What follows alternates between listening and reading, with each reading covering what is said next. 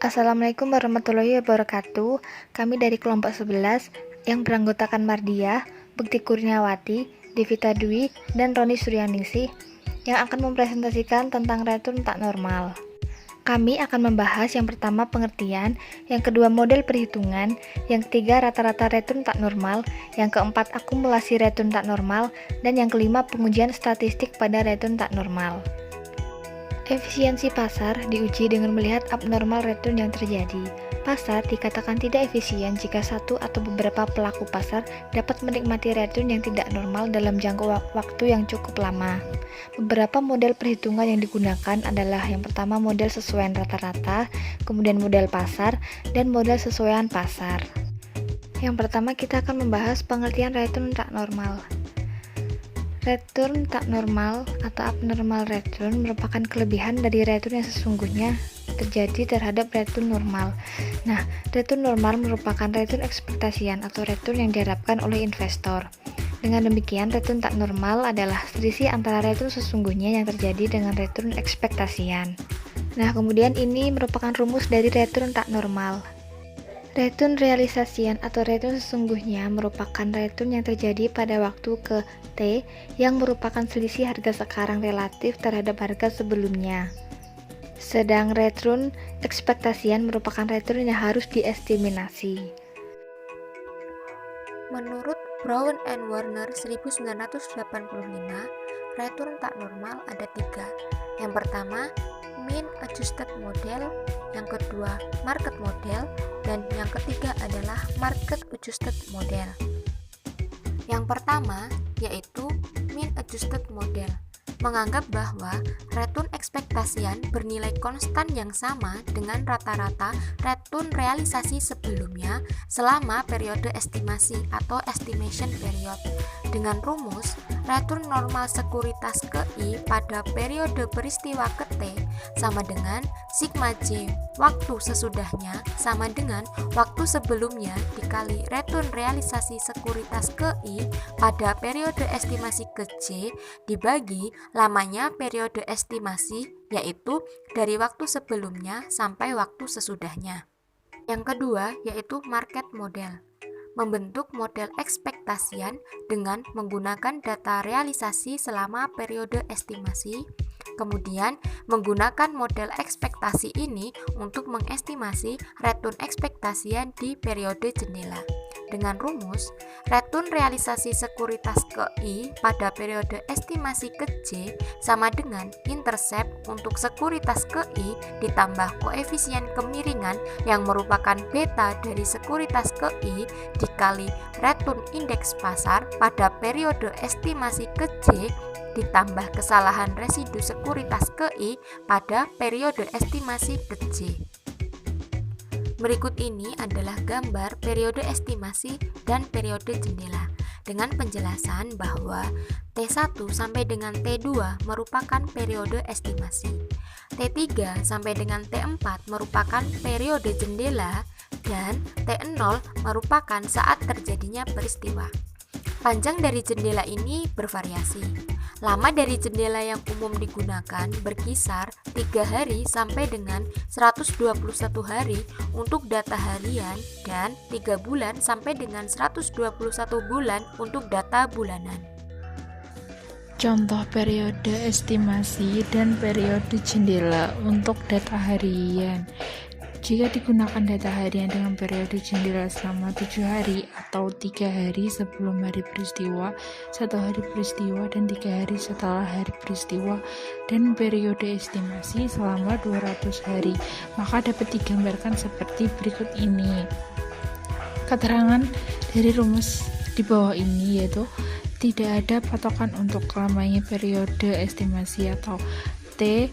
Lama periode estimasi yang umum digunakan adalah berkisar dari 100 hari sampai dengan 250 hari atau selama setahun.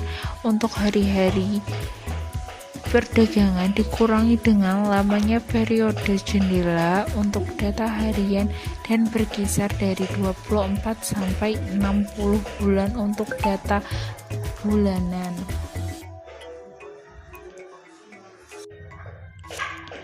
Selanjutnya, market adjust model. Model ini menganggap bahwa penduga yang terbaik untuk mengestimasi return suatu sekuritas adalah return index pada pasar pada saat tersebut. Dengan menggunakan model ini, maka tidak perlu menggunakan model estimasi karena return sekuritas yang diestimasi adalah sama dengan return indeks pasar. Rata-rata return tak normal. Pengujian adanya abnormal return tidak dilakukan agregat dengan menguji rata-rata return tak normal seluruh sekuritas secara cross-section untuk tiap-tiap hari periode peristiwa. Rata-rata return tak normal untuk hari ke-T dapat dihitung berdasarkan rata-rata aritmatika sebagai berikut.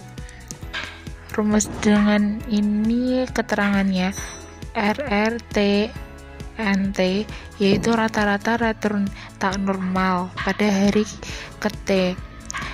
RTNT yaitu return tak normal untuk sekuritas ke-1 pada hari ke-T. K. Jumlah sekuritas yang terpengaruh oleh pengumuman peristiwa. Akumulasi return tak normal atau ARTN atau Cumulative Abnormal Return atau CAR merupakan penjumlahan return tak normal hari sebelumnya di dalam periode peristiwa untuk masing-masing sekuritas sebagai berikut.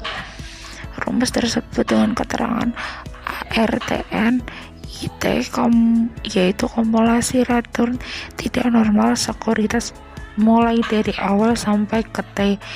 RTN IA yaitu return tidak normal untuk sekuritas ke I pada hari ke A. Yang selanjutnya yaitu pengujian statistik terhadap return tak normal. Pengujian statistik terhadap return tak normal mempunyai tujuan untuk melihat signifikasi return tak normal yang ada di periode peristiwa. Secara umum, pengujian T yang menguji hipotesis 0 bahwa nilai suatu parameter sama dengan 0 adalah sebagai berikut. T sama dengan beta dibagi kesalahan standar estimasi. Selanjutnya, pengujian T dilakukan dengan cara standarisasi dari nilai return tak normal dengan membagi nilai return tak normal dengan kesalahan standar estimasinya. Kesalahan standar estimasi berdasarkan rata-rata return periode estimasi. Cara pertama menghitung kesalahan standar estimasi berdasarkan defisiasi nilai rata-rata returnnya selama periode estimasi dan dapat dirumuskan sebagai berikut.